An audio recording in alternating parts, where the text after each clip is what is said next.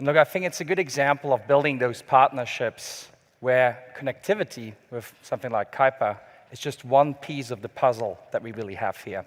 Now, last up, because we're going to the home run here, I also want to look at some of the other examples that we see here in Australia and how we can use technology to help, for example, with biodiversity or bushfires. So it's my pleasure to introduce a panel with Tom Soderstrom, who's ex-NASA JPL and now the Director of Enterprise Strategy of AWS, Professor Carolyn Hogg from the University of Sydney, and Christopher Tylor, the Managing Director of Exci.ai. Please welcome them.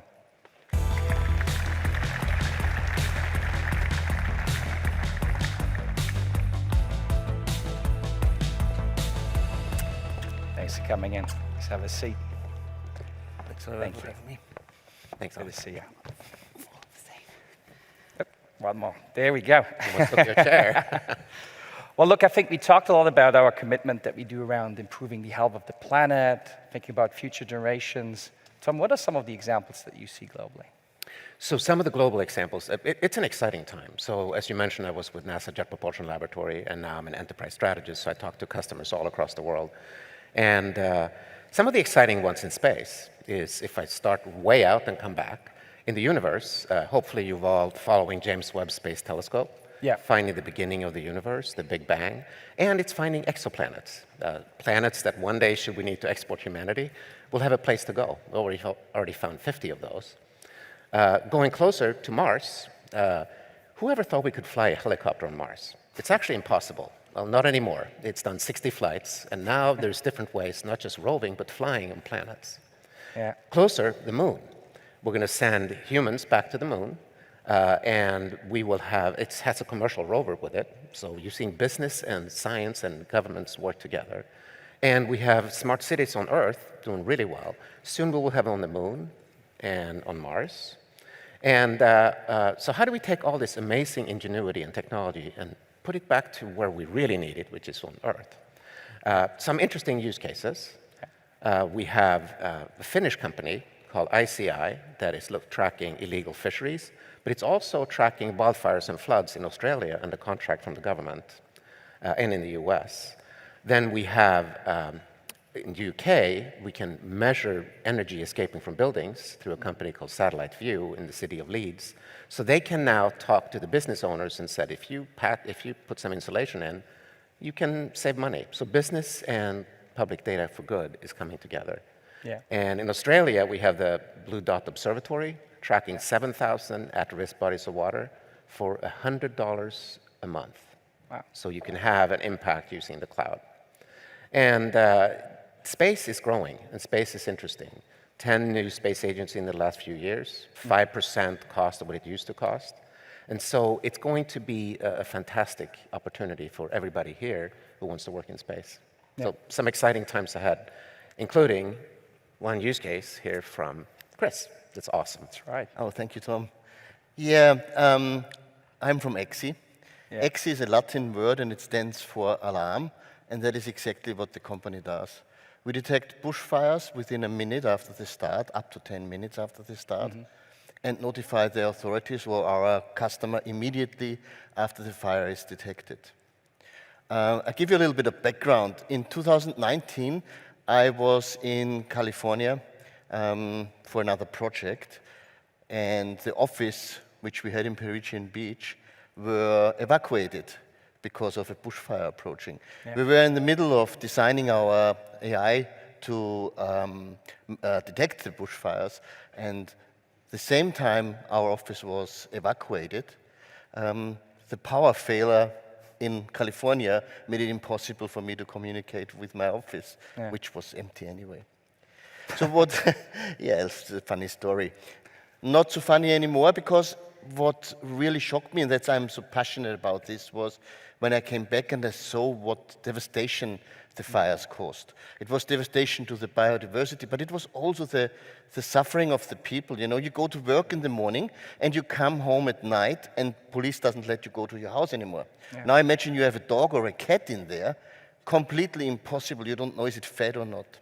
So what we did, we developed an artificial intelligence that gets fed in by camera data and by satellite data, and is analyzed by an artificial intelligence, which runs in the AWS, Yep. and then send out a notification to the customer or to the fire department. Our AI is trained on 1.5 billion images. We have the biggest database for fire images, and we have processed about 500, half a billion satellite images in order to train the AI. And we do that because the devastation after fire for the biodiversity in the area, you can't imagine how many animals, I think it was billions of animals which died in the 2019 fires. Yeah, yeah. And look, I like how you use AI there to really address that problem. And you mentioned biodiversity. I think that would be a good segue over to Carolyn, right? 3 billion animals died in those fires, just if you're looking for the figure. Yeah, so I work in biodiversity. I'm a conservation biologist speaking at a tech conference, which I always find quite entertaining. But why? And what is biodiversity? I mean, biodiversity is essentially all living things on the planet. And contrary to popular belief, humans are part of nature. We are not separate from the system. And it's made up of 3 things. It's made up of diversity of ecosystems, diversity of species, and genetic diversity, which is the area that I work in. Because we know that if a species has more inherent genetic diversity, it has a greater chance to adapt to a changing world. Unfortunately, though, we've seen about 40% of vertebrate species decline across the planet in the last 30 years, and about 40% of insect species have also declined in the same period of time. So there's many people who would have driven on holidays as a kid and remember having to scrape the bugs off the windscreen. Glass technology didn't get any better. We just lost the insects. And insects are really critically important because that's actually how they pollinate our food. Many people would like to eradicate mosquitoes. If you like chocolate, you can't eradicate mosquitoes because mosquitoes actually pollinate the cocoa plants. So what I do is we are mapping the genomes of a range of species in Australia. So the human genome was mapped back in 2003, and you think about how human medicine has changed since the 1990s to today. And that's really what we're trying to do for all eukaryotic life on Earth. It's a pretty ambitious target. And we produce lots and lots and lots of data. And lots of people think, well, you know, big animals have big strands of DNA and small animals have small strands. So humans have 3.2 billion pieces to their genome jigsaw puzzle. A corroboree frog, which is 2 centimetres in size, has 10.2 billion pieces to their genome. And so that's what we use cloud computing for, is the ability to expand and contract rapidly with the data that we generate. With the Tasmanian Devil program, we can now analyse 5,000 individuals in a matter of hours for $25, when we used to break the computer at the university quite regularly when we used to do it. So yeah, it really, the rapid expansion in technology has changed our ability to accelerate how we can learn more about biology on the planet. Great. And talking a bit about technology, I mean, today's topic was a lot about artificial intelligence. Tom, do you think some of these technologies could be useful here? No. No, I'm just kidding. I am really excited about 4 things. Generative AI, of course. Because imagine if you can, I mean, we talk about sustainability here. Yeah. Imagine if you can have a natural language conversation with all of the data across the world. Now, how do you do that? You need a lot of good data. Amazon has this open data sponsorship program. Yeah. It already has 100 petabytes of data. And by the way, that's a lot of data. Yeah. And it's distributing it to 10,000 users a month already. And some of that data is, for instance, Professor Carolyn's Australasia genome project for koalas. 70 terabytes to save 400 koalas, which is awesome. But what I was excited about, I'm Swedish, as it turns out. So Carolyn mentioned that there are Swedish researchers that jumped on the very next day and helped saving the koala. There are really no koalas in Sweden. So that's pretty cool. The second one, so generative AI is awesome. The second one is digital twins. Of course, everybody knows what digital twin is. Yeah. Well, maybe not. It's an exact digital copy of the physical system, but in the computer. So if you can imagine that you had access to all this data, and you could now build a digital twin of a city that reports the digital twin of a country and to entire continent, you could have government issue carbon penalties and carbon threat. perks. Yeah, you will. perks is probably Yeah, perks is a put better it. word. And it's quite amazing. Yeah. The third one, and by the way, if you have digital twin, you can start simulating in the Yeah. digital twin, insert disasters that didn't actually really happen, use machine learning to mitigate thousands of what-if scenarios. It's a fantastic future. Yeah. And the third one is what I mentioned about space. Space is definitely open for business. It's going to be $1 trillion worth in 2040, according to estimates. So that's a fantastic opportunities for everyone here. Yeah. And we heard Kuiper. Everybody will get more brains across the world focusing on this problem. Yeah. And the last one is interesting use cases, interesting stories, and using generative AI to create them. So I highly recommend everybody tries out Party Rock. Go search for Party Rock and start playing. You don't need technical expertise, but you can see what generative AI can do. Nice. And Chris, how about you? Where do you see this being relevant? Yeah, it's actually a very good question, because if you look at the fire detection business, how it was done the last 50 years.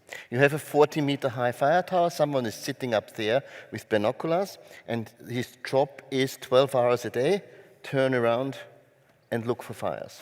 Now imagine you have 2 weeks and there's nothing going on. Yeah. You see always the same landscape. So now in AI doesn't get bored, and AI doesn't get distracted by a book, and AI doesn't have to climb down the tower to go to the toilet.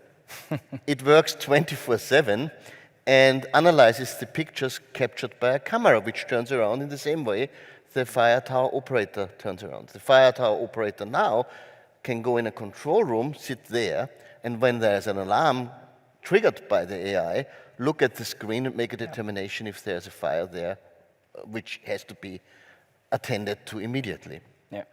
So absolutely, AI is helping us a lot, really a lot. We had some difficulties with space technology. We are not there yet. And I had a long discussion with Tom behind the scenes here, because the problem is the time from detection until it gets to the customer is still too long. There are not enough satellites up there. The data collected in the satellite cannot be transferred down as fast enough. One solution is, for example, edge computing, where we do the first analysis in the satellite itself, send it then to the AWS cloud, and then make an analysis and get an alarm to the customers. Yeah, I like that kind of edge computing in the satellite here. And we've already extended AWS Cloud into space and done machine learning, so it's a perfect, we need those applications. Carolyn, how about yourself? I wish biology followed physics rules. It would make life much easier. For us in the biological space, generative AI will help us be able to pull together threads of a large amount of information that is currently being produced. But will it be able to use predictive learning to predict what's happening? That's still out for question, because every time we think we know what's happening in a biological system, biology naturally throws you a curveball. But I have great hope for what we'll be able to do with the increase in data production and starting to look for commonalities through different data sets that we haven't been able to find before. The concern, on the other hand, though, is AI is very data hungry at the moment. And so what kind of impact is that going to have in the longer term as well? Yeah. And look, I think we talked a lot about technology here. I mean, how about people, processes, anything that you want to ask or request from our audience here, business leaders? Oh, I have an open floor. Excellent. I guess one thing I'd like everyone in the tech sector to really think about is technology is our friend. And unfortunately, the climate and biodiversity crisis we find ourselves living in is because of the way we embraced the technology of the first industrial revolution. And as Genevieve Bell said this morning, it's all about the choices that we make. And so if using AI is going to increase your productivity and profitability as a business, that's great. But if it also increases your impact, then you've reduced your business value. And I think the way moving forward, we really need to think about how do we use this awesome technology to increase productivity and profitability and reduce impact to become a more sustainable circular economy.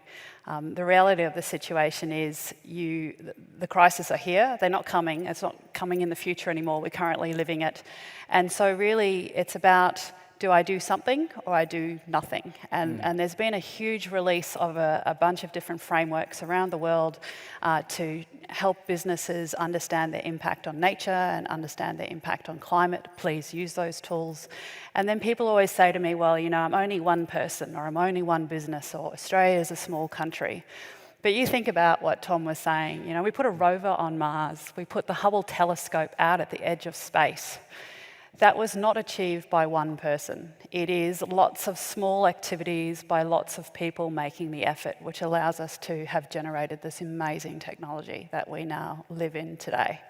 And I think what you need to think about is history is going to judge all of us on the legacy that we leave. And you need to think about which legacy you want to leave behind. Well, look, and I just love hearing all these stories here and how we can increase biodiversity, really try to combat wildfires, go all the way into space. So thanks to all of you for this wonderful panel. We're unfortunately a little bit out of time here, but thanks again for these stories, and I think you'll be around. So thank you. Thank you all for your time. Thank you.